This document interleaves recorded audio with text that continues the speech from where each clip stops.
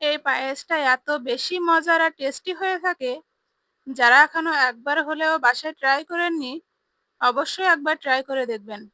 এখন চলছে আমের সিজন, তাই আম দিয়ে নানান রকম আইটেম ট্রাই না করলে কি হয়। তাই বাসায় ট্রাই করে ফেললাম আমের এই টেস্টি আর মজাদার পায়েসটা। ফার্স্টে এখানে আমগুলোর খোসা ছাড়িয়ে আমি ব্লেন্ডারে নিয়ে নিব ব্লেন্ড করার জন্য।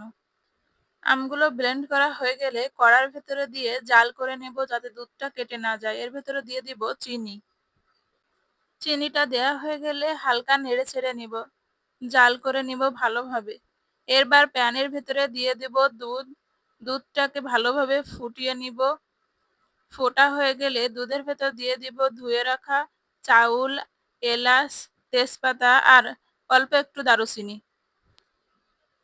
তারপর দিয়ে দিব স্বাদ মতো লবণ, দিয়ে ঢাকনা দিয়ে দিব সিদ্ধ হওয়ার জন্য। এবার ঢাকনাটা তুলে দেখে নিব চাউলটা সিদ্ধ হয়ে গেছে কি। তারপর সিদ্ধ হয়ে গেলে চাউলের ভিতর দিয়ে দিব জাল করে রাখা আমের সেই ঘন পিউরিটিটা। এবার ভালোভাবে নেড়েচেড়ে পিউরিটিটা চাউলের সাথে খুব ভালোভাবে মিশিয়ে নিব। আর একটু টেস্ট করে দেখব মিষ্টির স্বাদ কেমন। যদি মিষ্টি কম থাকে তাহলে আরেকটু চিনি দিয়ে দিব। তারপর নেড়েচেড়ে ভালোভাবে চিনিটা চাউলের সাথে মিশিয়ে নিব। মেশানো হয়ে গেলে ঢাকনা দিয়ে দিব আর একটুখানি জাল করার জন্য।